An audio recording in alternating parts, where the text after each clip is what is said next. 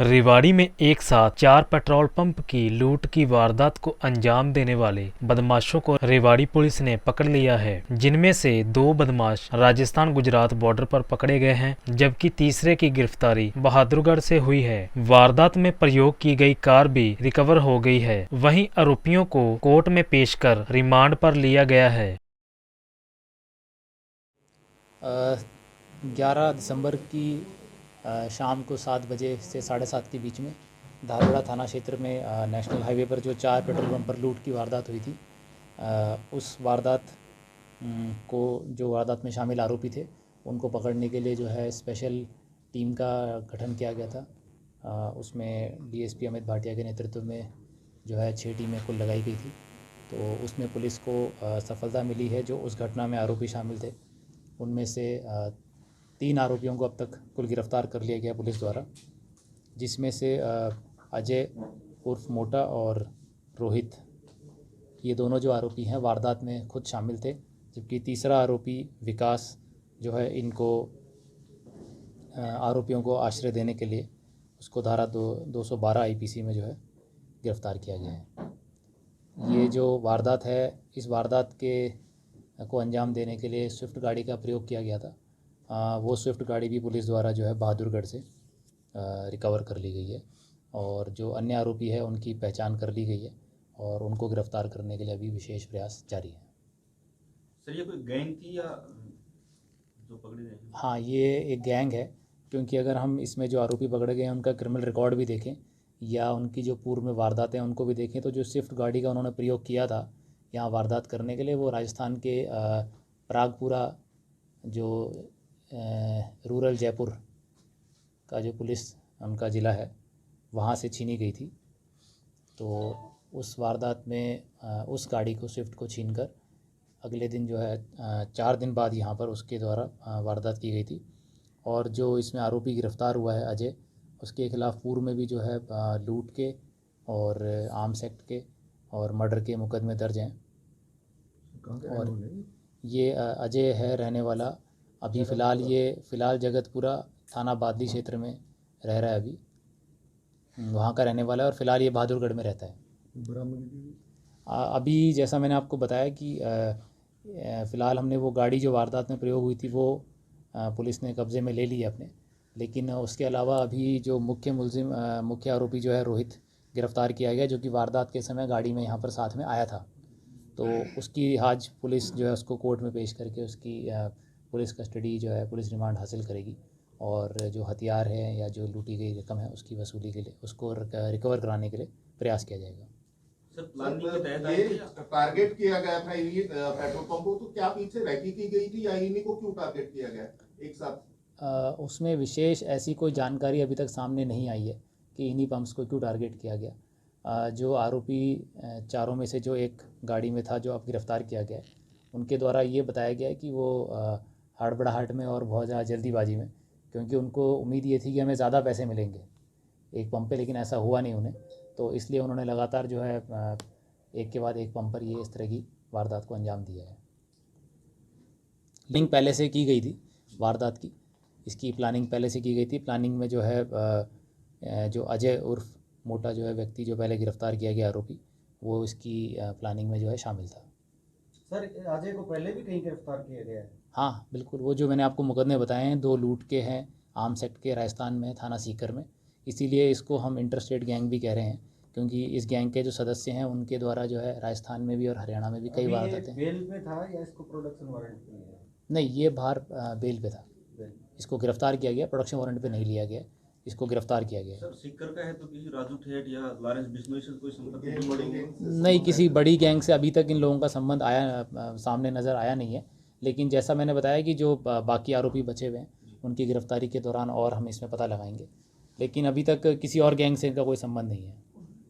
इन्होंने और भी वारदात की इस तरीके से अभी हमारे यहाँ पहले की तरीके? रेवाड़ी में तो यही 4 बार जो लूट एक साथ की हुई है। राजस्थान में मैंने आपको बताया है, प्रागपुरा से इन्होंने जो है मोबाइल फ़ोन और स्विफ्ट गाड़ी छीनी थी, जो स्विफ्ट गाड़ी प्राप्त हो चुकी है। और उसके अलावा एक और वारदात इन्होंने छीनने की या लूटपाट की नहीं है, वो हवाई फायर की है।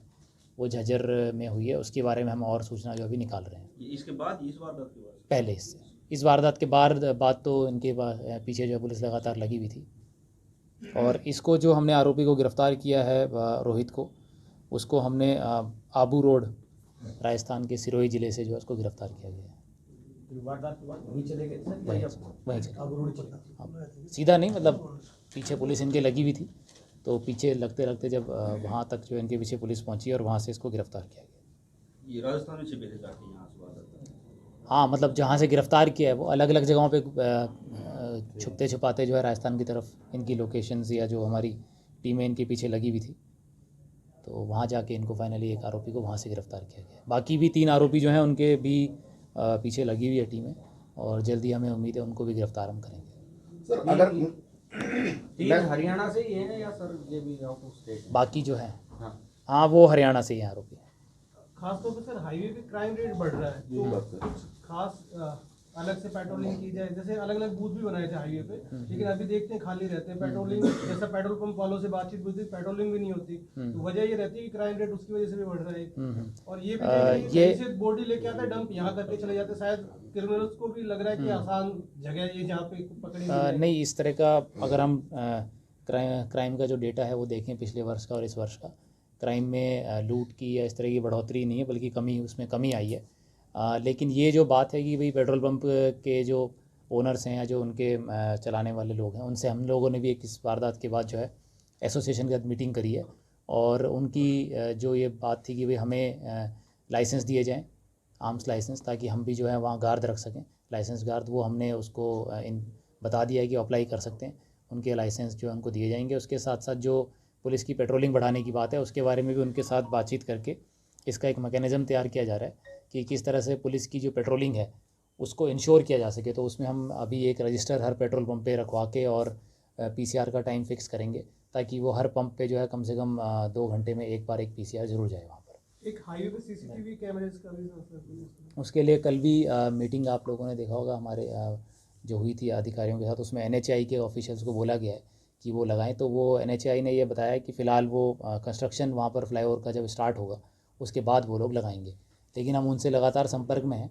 और जल्द से जल्द उसमें हम उम्मीद करते हैं हाईवे पर जो है, ये हमने बात पेट्रोल पंप मालिकों से भी उनसे कही है, ताकि वो भी जो है अपने पेट्रोल पंप पर एक कैमरा कम से कम हमने उनसे कहा है इस तरह से लगाएं कि सामने की जो भी रोड है, चाहे वो हाईवे की हो या दूसरी रोड हो, उसको ज़रूर कवर करेंगे। सर अगर जिले की बात करें तो वाहन चोरी का भी मामले लगातार बढ़ रहे हैं सर, तो उस पर भी क्या कुछ अभियान चलाया जा रहा है?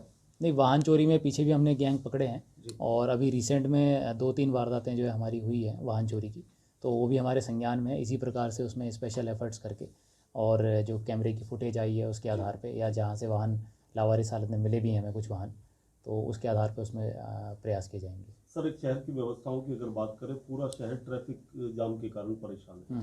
अक्सर चौराहों पर जाम की स्थिति देखी जाती है, इससे निपटने के लिए क्या कुछ प्रयास किए जा रहे हैं? इसके लिए पुलिस के स्तर पर हम लोगों ने जो है जहाँ जहाँ पर जाम लगता है वहाँ डिप्लॉयमेंट किया हुआ है, लेकिन चूंकि ये जाम की व्यवस्था केवल सिर्फ एक डिपार्टमेंट का या एक व्यक्ति का हम कहें किसी की जिम्मेदारी नहीं है, सभी की जिम्मेदारी है।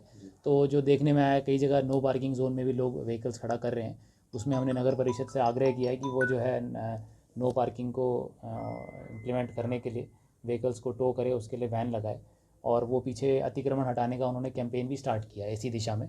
तो मैं उम्मीद करता हूँ कि आने वाले दिनों में जो है ट्रैफिक की व्यवस्था इससे काफ़ी सुधार होगा। सर रेड लाइट्स जैसा कि बंद पड़ी हैं, अक्सर चौराहों पर देखा जा रहा है पुलिस कर्मियों की संख्या काफ़ी कम होने की वजह से जो जाम से उलझना पड़ता है लोगों को। जहाँ रेड लाइट काम नहीं कर रही है वहाँ हम फिलहाल पुलिस की व्यवस्था से ही जो है उसको ट्रैफिक को चला रहे हैं, और हमने इस बारे में संबंधित विभाग से जो है पत्राचार भी किया हुआ है कि जल्द से जल्द जो है रेड लाइट को जो है स्टार्ट करें वहाँ पर।